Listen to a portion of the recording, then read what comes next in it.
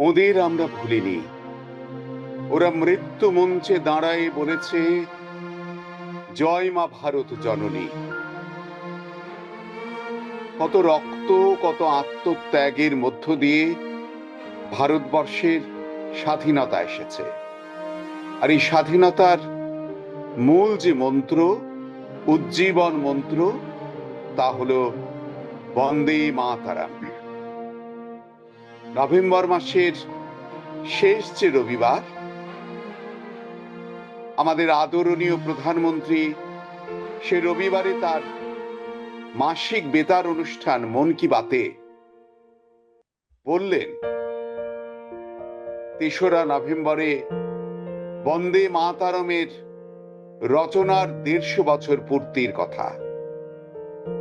আর গোটা ভারতবর্ষ জুড়ে অত্যন্ত শ্রদ্ধার সঙ্গে ভারতবর্ষের মানুষ নানা রকম রঙিন ভাবে, বর্ণাঢ্য ভাবে বন্দে মাতারম উদযাপন করলেন। সংসদে যে শীতকালীন অধিবেশন, তার দুটি কক্ষেই দুদিন ধরে সাংসদরা বন্দে মাতারম নিয়ে আলোচনা করলেন। বাংলা বাড়ির আজকের বিষয় হোক বন্দে মাতারম। আমরা আজ আমাদের মাঝে এই আলোচনার জন্য পেয়েছি আমাদের অত্যন্ত আদরণীয় বাংলা বাড়ির পৃষ্ঠপোষক শ্রী কাঞ্চন বন্দ্যোপাধ্যায়। কাঞ্চনদা, আপনাকে স্বাগত। আমাদের আজকের আলোচনার বিষয় বন্দে মাতারম। 1875 সালের ৩রা নভেম্বর বঙ্কিমচন্দ্র চট্টোপাধ্যায় বন্দে মাতারম, এই গান, এই মন্ত্র, এই স্তোত্র, যাই বলে তাকে রাখি না কেন, এটি রচনা করলেন। এই রচনার সময় নিয়ে, স্থান নিয়ে 3টি কাহিনী আছে। আমি সেটা বলে আজ আলোচনায় প্রবেশ করতে চাইছি। কাঁঠালপাড়ায় তার যে বসত ভিটা, কেউ বলেন সেখানে বসে তিনি বন্দে মাতরম রচনা করেছেন। মুর্শিদাবাদের ইতিহাসে দেখতে পেয়েছিলাম, লালগোলায় তিনি 1859 সালে যখন ডেপুটি ম্যাজিস্ট্রেটের পদ নিয়ে সরকারি চাকরিতে যোগদান করেন, কলকাতা বিশ্ববিদ্যালয়ের প্রথম স্নাতক হন তিনি, তারপর সরকারি চাকরিতে যুক্ত হন এবং কার্যোপলক্ষে তিনি মুর্শিদাবাদে যান, লালগোলায় যান। সেখানকার স্থানীয় জমিদার বাড়িতে তিনি এক শৃঙ্খলরতা দেবী মূর্তি দেখেন এবং তাকে পুজো দিতে গেলে পুরোহিত বন্দে মাতারম এই শব্দটা দিয়েই তার অর্ঘ্য দেবীর পায়ে নিবেদন করে। যেন বঙ্কিমচন্দ্র এই বন্দে মাতরম শব্দটা দ্বিতীয়বার শুনলেন। শুনেছি কাঁঠালপাড়ার বাড়িতে এক অবধূত এসেছিলেন, সেখানেও তিনি ভিক্ষা উপলক্ষে বন্দে মাতারম কিছু ভিক্ষা হবে এই শব্দটি নাকি বলেছিলেন। আবার জয়নগর মজিলপুরের দত্ত বাড়িতেও তিনি প্রায়শই যেতেন এবং শোনা যায় সেখানে বসেও তিনি এইটি লিখতে পারেন, এরকমও জনশ্রুতি আছে। এবার স্থান যেখানেই হোক, তিনি এটি লিখেছেন এবং 1881-82 সালে যখন আনন্দমঠ উপন্যাস ধারাবাহিকভাবে প্রকাশিত হচ্ছে, তখন তিনি এই সঙ্গীতটি বারবার প্রকাশ করছেন, ব্যবহার করছেন। তিনি দেখে যেতে পারলেন না এই গানটি ভারতবর্ষের বিপ্লবীদের প্রাণ ভোমরা হয়ে উঠল, কিন্তু তিনি এই গানের রচনাকালেই অনুমান করেছিলেন যে এটি একদিন ভারতবর্ষকে নতুন ভাবে চালিত করবে। আমি একটু বেশি সময় নিলাম, কিন্তু কাঞ্চনদা, আপনি এই যে বন্দে মাতারম, এই যে সঙ্গীত, বিপ্লবীদের প্রাণ মন্ত্র, একটা শব্দের মধ্য দিয়ে লক্ষ লক্ষ মানুষ নির্ভয়ে বেয়োনেটের সামনে দাঁড়িয়ে যাচ্ছে, হাসতে হাসতে ফাঁসির দড়ি গলায় চাপ দিচ্ছে। কেন, কিভাবে এই শক্তি এলো, এটাকেই যদি আপনি আপনার আলোচনায় তুলে ধরেন। সবাইকে নমস্কার জানাই বাংলা আবারের পক্ষ থেকে, এবং প্রবিদ্যা তোমাকেও ধন্যবাদ আজকের এই খুবই বিশেষ একটি অনুষ্ঠান আনার জন্য। আমাদের যে কথাটা তুমি বললে সংসদে এবং বিভিন্ন ডিবেট চললো এই নিয়ে, আমাদের বন্দে মাতরম নিয়ে, স্বাধীনতার পরে হয়তো এইরকম আলোচনা এই প্রথম হলো। কারণ যেটুকু আমরা ইতিহাস পাই, যদিও গান্ধীজি, মৌলানা আবুল কালাম আজাদ, এরা সব বন্দে মাতরম উচ্চারণ করতে, এবং গান্ধীজির খুবই শ্রদ্ধা ছিল বন্দে মাতরমের উপর, তা সত্ত্বেও মূলত জওহরলাল নেহরুর পরামর্শেই এই বন্দে মাতরমকে খাটো করে দেওয়া হয়। এর ইতিহাস আমরা জানি এখন। হয়তো তার ফলেই বন্দে মাতরমের সম্বন্ধে দুটো প্রজন্ম, তিনটে প্রজন্ম হয়তো একদম ভুলেই গেল। তো আজকে যে আবার 150 বর্ষ উপলক্ষে বন্দে মাতরম নিয়ে আলোচনা হচ্ছে, এটা খুবই একটা শুভ লক্ষণ। এবার বন্দে মাতরমের কথায় ফিরে আসি। উনি আপনারা জানেন হয়তো যে উনি বিভিন্ন পত্র পত্রিকাতেও লেখালেখি করতেন। জেলা ম্যাজিস্ট্রেট থাকাকালীন ওটা তো ওনার পেশাগত ছিল, কিন্তু ওনার হৃদয়ে ছিল লেখালেখি। তো সেই সময় বঙ্গদর্শন পত্রিকায় লিখতেন। তো ইনি যে প্রকাশক বা এডিটর, উনি বারবার জিজ্ঞেস করছেন এই মাসের লেখাটা দাও। তো উনি গড়িমসি করে দেয়াই হয়েই উঠছে না। সো ফাইনালি একদিন উনি, এটা আমার মনে হয় একটা ডিবেট আছে, এটা 3 নভেম্বর না 7 নভেম্বর, হয়তো বাংলার ডেট হিসেবে একটা কিছু তফাৎ হয়, কেউ কেউ বলে 7ই নভেম্বর। সেই সময় হয়তো এটা 7ই নভেম্বর ছিল। হ্যাঁ, তো সেই রাত্রিবেলায় বাইরে চাঁদ উঠেছে, পূর্ণিমা, সেই সময় উনি বসেছেন যে একটা কিছু লিখি। তো এটা ওনার পরবর্তীকালে জানা যায় যে উনি ওটা লেখার পর উনি তার কন্যাকে, শরৎ কুমারী দেবী, ওনার যে কন্যা, মানে মৃত্যুশয্যার সময় শেষ অবধি ছিলেন, শরৎ কুমারী দেবীকে উনি অনেক কিছু বলেছিলেন। তার মধ্যে একটা বিষয় বলেছিলেন যে এটাকে আমি লিখেছি রে, আমি কলমটা ধরেছিলাম, মা আমাকে দিয়ে লিখিয়ে নিয়েছেন। এরকম একটা কাহিনী শোনা যায়। এর সত্যতা প্রমাণ করা কঠিন আজকে, বাট এরকম কাহিনী একটি আছে। এবং সেই সময় উনি নাকি, মানে ওনার কন্যা শরৎ কুমারী দেবী নাকি বলেছিলেন, এ তোমার কে পড়বে বাবা, এটা তো কোনো একটা পড়ার মতো বিষয় বলে মনে হচ্ছে না। তখন বঙ্কিমচন্দ্র বলেছিলেন যে আজ হবে না, দেখবি, তুইও যখন থাকবি না, আমিও যখন থাকবো না, পরবর্তীকালে দেখবি এটার সারা ভারতবর্ষের মধ্যে এই গানটা চলবে, এই লেখাটা সবাই পড়বে। তো যাই হোক, তো উনি চলে গেলেন। তারপরে তো অলমোস্ট হারিয়ে যাওয়ারই কথা, কিন্তু হারিয়ে তো যাবে কি, মন্ত্রের কখনো হারিয়ে যেতে পারে? তো তখন 1896 সালে তারপরে আমাদের শ্রী অরবিন্দ এসে গেছেন সিনে। শ্রী অরবিন্দ তো বিদেশে ছিলেন, ওখান থেকে আসার পরে এখানে তিনি নতুন করে পড়াশোনা শুরু করলেন, বাংলা শিখলেন এবং স্বাধীনতা আন্দোলনে যুক্ত হলেন। ওনার কাছে ঠেকলো যে এটা তো কোনো সাধারণ গান নয়, এটা আমাদের ভারতীয় পরম্পরায় একটি মন্ত্র, একটি যাকে বলা হয় বিভিন্ন দেবদেবীর উদ্দেশ্যে যে আমরা স্তুতি করি, এটি সেরকমই একটি স্তুতি।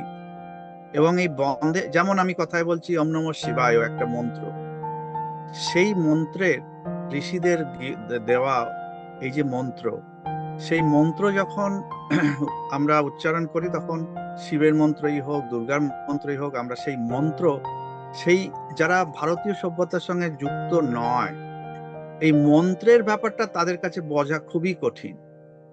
যে মন শরীরকে যা অনুরণন করে একটা উদ্দেশ্যে, কোন একটা ঊর্ধ্বতন কোন একটা ব্যাপারে, সে দেবদেবী হন আর দেশমাতৃকা হন, সেটাকে মন্ত্র বলা।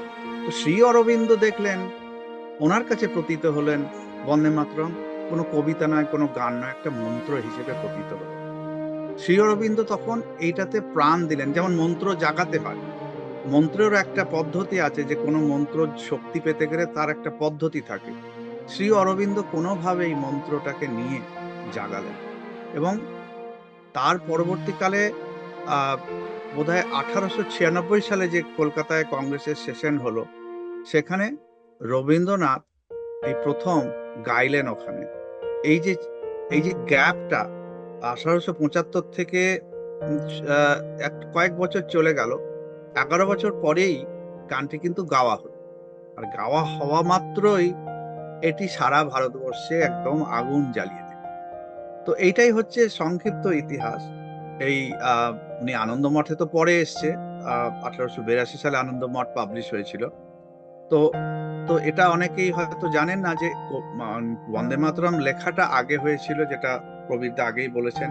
স্থান নিয়ে একটু বিতর্ক আছে। অ্যাকচুয়ালি আমি ওনার যে বাড়ি নৈহাটিতে, ওনার বাড়ির যে সংগ্রহালয় আছে কাঁঠালপাড়ায়, সেই সংগ্রহালয়ে যে ওখানে যে ডেস্কটা রাখা আছে, যেখানে উনি ঋষি বঙ্কিম বসতেন, ওখানে কিন্তু লেখা আছে এই টেবিলে বসেই উনি এই বন্দে মাতরম লিখেছিলেন। তো এখন তো সত্যতা বিচার করা এতদিন পরে করা কঠিন, কিন্তু ওখানে এটা লেখা আছে। এবং সৌভাগ্য হয়েছিল, আমি আর হৈমন্তী আমার স্ত্রী, আমরা ওখানেই দাঁড়িয়েই আমরা বন্দে মাতরম গাওয়ার সুযোগ হয়েছিল। এটা একটা অদ্ভুত অভিজ্ঞতা, যে যেখানে উনি হয়তো লিখেছেন। তো এটাই একটা সংক্ষিপ্ত ইতিহাস বন্দে মাতরমের। তার পরবর্তীকালে আহ এমনকি নেতাজি সুভাষচন্দ্র সশস্ত্র বিপ্লবের অবধি বন্দে মাতরম নিয়ে উনি অনেক ভাবনা চিন্তা করেছেন। আহ তাছাড়া ফাঁসির মঞ্চে যাওয়ার আগে আমাদের স্বাধীনতা সংগ্রামীরা বন্দে মাতরম, তো যারা স্বাধীনতা সংগ্রামী ছিলেন তারা সঙ্গে একটা 3টে জিনিস থাকতো অনেকের কাছেই অনুশীলন সমিতি বা যুগান্তরের। একটা হলো ভগবত গীতা, একটা হলো আনন্দমঠ, আর একটা হলো বিবেকানন্দের লেখা, স্বামী বিবেকানন্দের লেখা।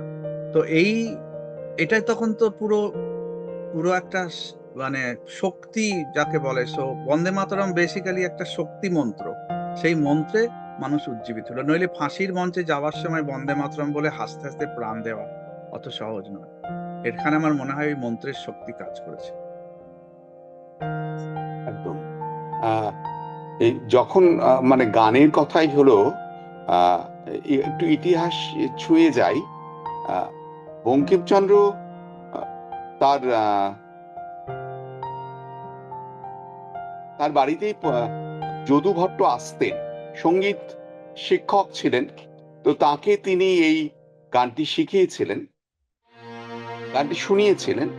তো যদু ভট্ট গানটি শুনেই সেটি একটি রাগে সেটি লিপিবদ্ধ করেন। এবং যদু ভট্ট যেহেতু ঠাকুরবাড়িরও সঙ্গীত শিক্ষক, সেই হিসাবে ঠাকুরবাড়িতেও তিনি এই গানটি শোনান, এবং রবীন্দ্রনাথ সেটি শোনে। এবং সেটি শোনার পর রবীন্দ্রনাথ দেশ রাগে গানটি গানটি অভ্যাস করেন, তাকে সুরারোপ করেন। এবার একটি তথ্য দেওয়া আমি খুঁজে বার করছি। রবীন্দ্রনাথ 1886 সালে কংগ্রেসের অধিবেশনে প্রথম গাইলেন, যদিও তার আগে সরলা দেবী এই গানটি গেয়েছে কংগ্রেসের অধিবেশনে। কিন্তু তার আগে 1883 সালে 24শে মার্চ ন্যাশনাল থিয়েটারে আনন্দমঠ নাটকটি হয়, এবং সেই নাটকে বন্দে মাতরম গানটি গাওয়া হয় 1883। আমি একটু আমি 1 মিনিট সময় নিচ্ছি। হ্যাঁ, কিন্তু আমি মাত্র মাত্র 6 বছর, মানে লেখার মাত্র মাত্র 6 বছর পর। মানে বন্দে মাতরম 1881 থেকে 82 বঙ্গদর্শন পত্রিকায় ধারাবাহিকভাবে বার হয়। 1881 থেকে 82, ঠিক 1 বছর পর 1883 সালে ন্যাশনাল থিয়েটারে আনন্দমঠ নাটকটি হয়। আমার প্রশ্ন এখানে যে রবীন্দ্রনাথ, যদিও রবীন্দ্রনাথ সম্পূর্ণ বন্দে মাতরম গানটি গাননি, তিনি নাকি রবীন্দ্রনাথ পরবর্তীকালে জওহরলালকে বলেছেন যে তিনি প্রথম 2টি স্তবক গেয়ে বঙ্কিমচন্দ্রকে শুনিয়েছিলেন, এবং বঙ্কিম তাতে সম্মতি দিয়েছিলেন। যখন 1937 সালে জাতীয় সঙ্গীত কি হবে এই নিয়ে কংগ্রেসের মধ্যে তর্ক বিতর্ক লাগে, তখন বন্দে মাতরম নিয়েও একটি আপত্তিকর বিষয় আসে যে এখানে হিন্দুদের দেবীর নাম করা হচ্ছে এবং সেটি মুসলমানরা মানবে না। আমি শব্দটাই ব্যবহার করলাম। এবার আমার প্রশ্ন এখানে কাঞ্চনদা, যে 1905 সালে যখন বঙ্গভঙ্গ রদ আন্দোলন চলছে, তখনই তো এই গানের মূল প্রকাশ ঘটে এবং রবীন্দ্রনাথ এই গানটিকে অস্ত্র হিসাবে ব্যবহার করেন বঙ্গভঙ্গ রদ আন্দোলনে, এবং শ্রী অরবিন্দ এই গানটিকেই সঙ্গে নিয়ে পুরো বাঙালির বিপ্লবীদেরকে নিয়ে নতুন জাগরণ শুরু হয়। এবং আমরা যারা সশস্ত্র আন্দোলনের কথা বলছি, পুরো বিপ্লবী আন্দোলনের সূচনায় এই বঙ্গভঙ্গ রদ আন্দোলনের মধ্য দিয়ে। তো সেই সময় আরো অনেক গান রচনা হয়েছে, যেমন রবীন্দ্রনাথ নিজেই লিখছেন বাংলার মাটি, বাংলার জল, বাংলার বায়ু, বাংলার ফল, পূর্ণ হোক পূর্ণ হোক হে ভগবান। তাহলে ভগবান শব্দটা তো তিনি বলছেন, তাহলে সেখানেও তো হিন্দু শব্দই ব্যবহার হচ্ছে। তাহলে বন্দে মাতরমের দেবী দুর্গা এই শব্দটাতে আপত্তি কেন? আসছি এই কথায়। তার আগে একটু জানা দরকার যে কখন আপত্তিটা এলো, তার সেটাও আরেকবার পিছন দিকে যাওয়া উচিত। যেমন মৌলানা আবুল কালাম আজাদ, উনি কংগ্রেসের সভাপতি এবং বরিষ্ঠ লিডার ছিলেন, এবং যদিও ওনার আধুনিক শিক্ষা ব্যবস্থার সঙ্গে খুব একটা সংযোগ ছিল না, উনি মৌলানা ছিলেন, একজন, মক্কায় জন্ম। তিনি কিন্তু এই গানের সম্বন্ধে কোনো অভিযোগ তো ছিলই না, উনিও গেয়েছেন। আরেকজন তখনকার দিনে যিনি কংগ্রেসের সঙ্গে যুক্ত ছিলেন, একজন বড় নেতা হাকিম আজমাল খান, তিনিও বন্দে মাতরম গিয়েছেন। তার পরবর্তীকালে যে আলী ব্রাদার, যাদের নিয়ে আমাদের খিলাফত নিয়ে নানা রকমের কন্ট্রোভার্সি আছে, খিলাফত আন্দোলন, ওরা, শৌকত আলী, মোহাম্মদ আলীও কিন্তু বন্দে মাতরমের পক্ষে ছিলেন। ওর তখনও পর্যন্ত কোনো দেখা যায়নি যে আহ আহ আহ, এটা প্রবলেম হচ্ছে। কিন্তু আলী ব্রাদাররা তখন এর এগেনস্টে গেল। প্রথম যখন মহাত্মা গান্ধীও সাপোর্ট করলেন খিলাফত আন্দোলন, তখন থেকে শুরু হলো। আহ তেয়াবজি ফ্যামিলি, যেটা বদরুদ্দিন তেয়াবজি বলেছিলেন, যেটা ফ্যামিলি খুব ইনফ্লুয়েন্সিয়াল, কংগ্রেসের সঙ্গে ছিলেন যুক্ত, তারা কিন্তু সাপোর্ট করতেন এই বন্দে মাতরম গান। তো পরবর্তীকালে এই যারা অবজেকশন নিল, সেই অবজেকশনটা এলো অনেক পরে। আর প্রথম অবজেকশন, মেইন অবজেকশন দিয়েছিল 1930 সাল নাগাদ মোহাম্মদ আলী। উনি সব থেকে বেশি শুরু করলেন, যে কারণ ওদের মাথায় ছিল ভারতবর্ষকে একটা খালিফের আন্ডারে আনতে। সেটা আনতে গেলে তাদেরকে মুসলিম ধর্মপুস্তক যেগুলো ব্যবহার করা হয়, কোরআন হাদিস, সেগুলোকে ফলো করতে হবে। এবং সেখানে আমরা সবাই জানি যে যাদেরকে মূর্তি বিধ্বংসীকারী বা ইংরেজিতে আইকোনোক্লাস্ট বলা হয়, খুবই পরিষ্কারভাবে এটা গোপন করার কিছু নেই। তিনটি আব্রাহামিক রিলিজনের মধ্যেই বিশেষ করে ইসলাম এবং খ্রিস্টানিতে মূর্তি পূজার বরং বড় বিরোধী, এবং সেটার ফলেই এই যে ভারতবর্ষে এত মন্দির ভাঙা হয়েছে, মূর্তি ভাঙা হয়েছে। তো এখানে একটা ব্যাপার ছিল যে এই বন্দে মাতরম তো নিশ্চয়ই মা দুর্গা এবং দুর্গার কথা স্পেসিফিকলি বলা আছে। তো সেই ক্ষেত্রে যারা কট্টর ভাবে যারা ধর্মপুস্তক ফলো করে, তাদের কাছে এটা অবজেকশনেবল হয়েছে, এটা স্বাভাবিক। কিন্তু একই সময় কিছু জাতীয়তাবাদী মুসলিম এবং মহাত্মা গান্ধী নিজেও এগুলো বন্দে মাতরমকে যথেষ্ট সম্মান দিয়েছেন এবং চেষ্টা করেছিলেন যে যাতে আমরা সবাই এটা গাইতে পারি। কিন্তু জওহরলাল নেহরু, তার সম্বন্ধে শোনা যায় যে তিনি এই বন্দে মাতরম গানটার মানেই জানতেন। যেমন আজকের বিভিন্ন লিডাররা বন্দে মাতরমের মানে জানতে গেলে ডিকশনারি খোলেন। তো উনি ওই কংগ্রেস সেশনের আগে, জওহরলাল নেহরু কয়েকদিন, এক সপ্তাহ আগে উনি বলছেন যে আমি আনন্দমঠটা পড়ার সুযোগ হয়নি, এখন পড়ে নিলাম। আর বন্দে মাতরম কথাটা মানে ঠিক আমি বুঝতে পারছিলাম না, আমি একটা বুঝলাম এখন কি মানে। তো যাই হোক, তো সেই সময় নেতাজি একটা চিঠি লিখছেন রবীন্দ্রনাথকে, যে আপনি কি জানেন যে এরকম একটা প্রস্তাব আসছে যে বন্দে মাতরম গানটিকে অফিসিয়াল গান যদি না করা হয়, এরকম একটা প্রস্তাব আসছে। তো রবীন্দ্রনাথকে লিখছেন মানে খুবই উজ্জীব ভাবে, মানে উনি খুবই মানে পেনফুল ওনার, যে এটা এই প্রস্তাবটা আদৌ আসতে পারে নেতাজি। তো সেই সূত্রে নেতাজিকে তখন ওই সেশনে তখন একটা কম্প্রোমাইজ হলো, এবং সেটা জওহরলাল নেহরু তো পশ্চিমের শিক্ষায় শিক্ষিত, ভারতবর্ষের মাটির সঙ্গে তো ওনার সম্পর্ক ছিল না বললেই চলে। তো সেই জন্য তার যে পশ্চিমী ধ্যাব ধারণা, সেখানে একটা বন্দে মাতরম, ভারতীয় সভ্যতা, তার সঙ্গে যে কানেকশন, এটা উনি বুঝতে পারেননি স্বাভাবিকভাবে।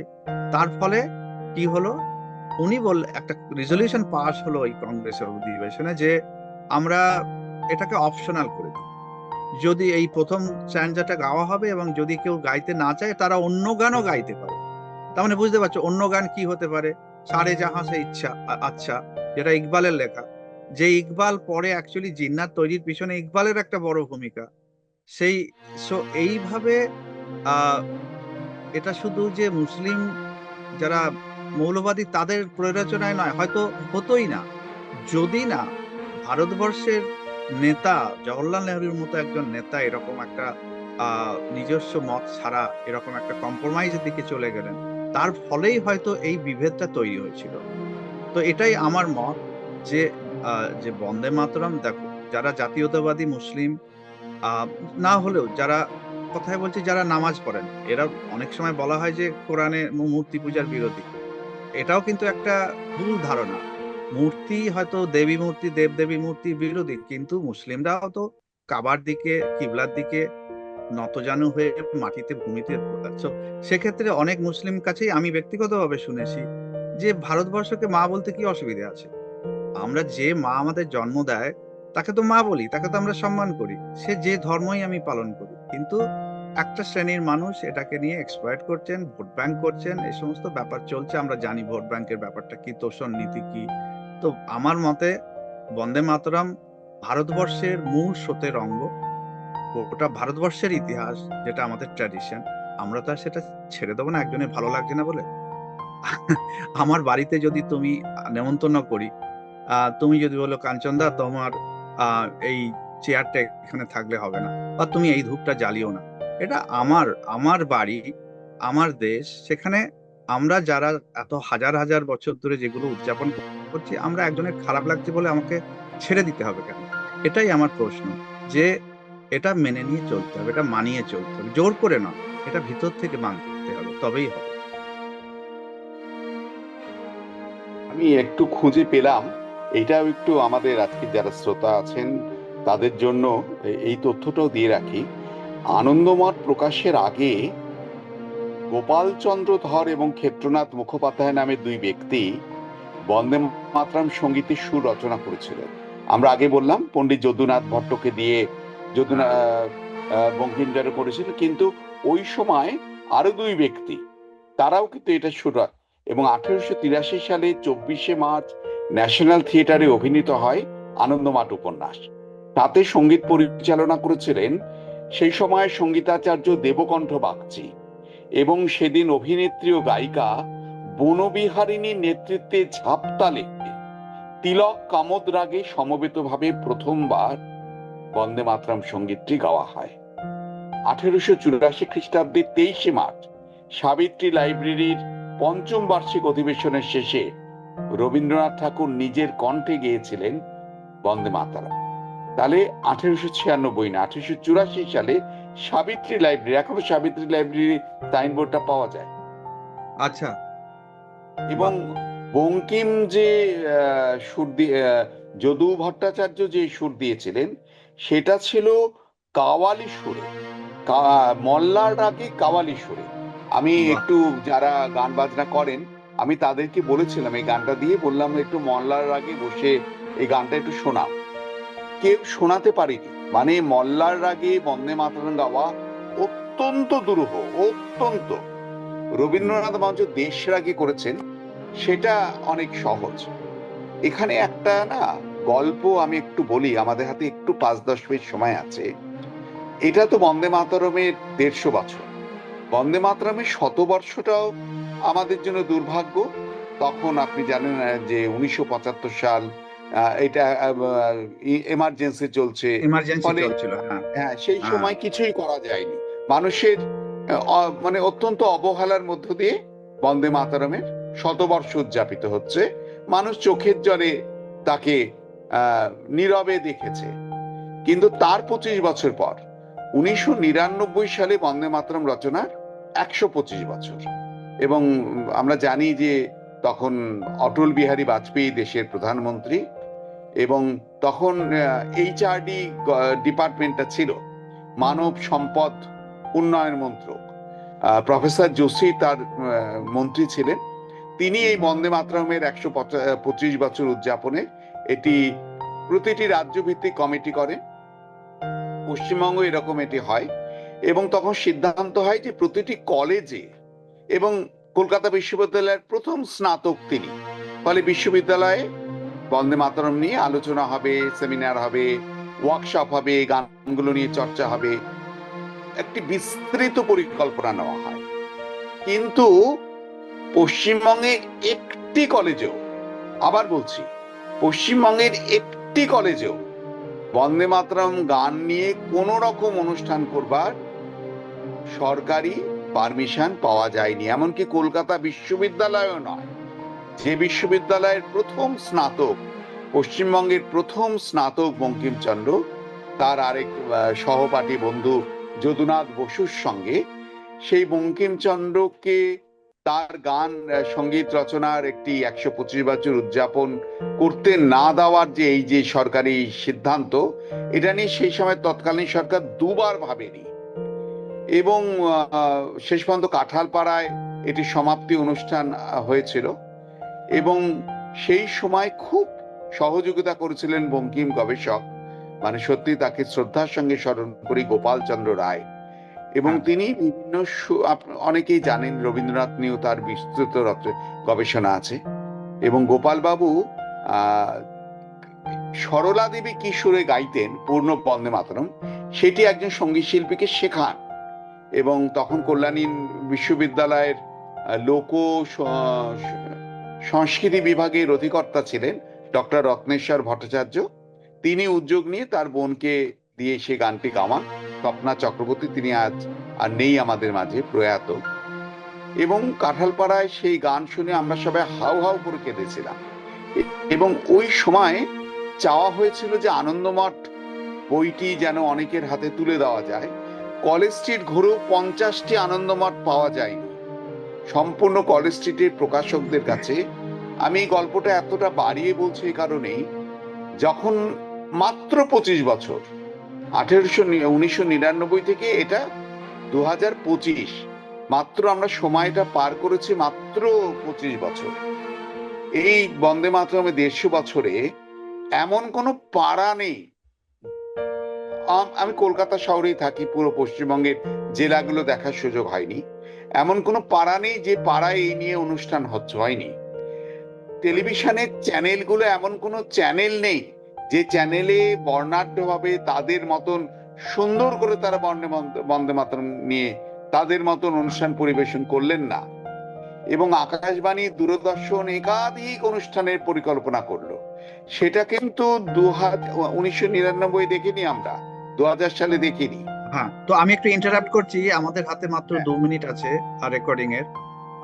তো এটা আমাদের সবার জানা দরকার। এবং এই বছরও পশ্চিমবঙ্গ সরকারের যে ভূমিকা, সেটা নিয়েও আমাদের যথেষ্ট সন্দেহ রয়েছে। আমি ওটাতে কন্ট্রোভার্সিতে যাচ্ছি না, আমাদের অনুষ্ঠান শেষ করতে হবে।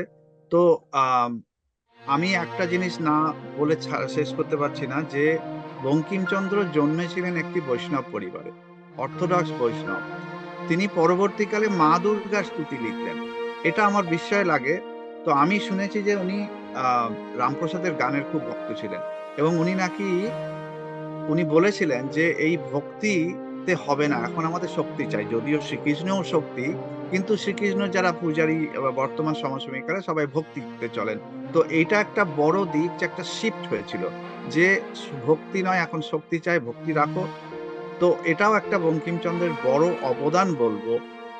বাংলা তথা ভারতবর্ষে একটা নতুন মুভমেন্ট তৈরি করা, শক্তি সাধনাটাকে ফিরিয়ে আনার, এটাও একটা মুভমেন্ট।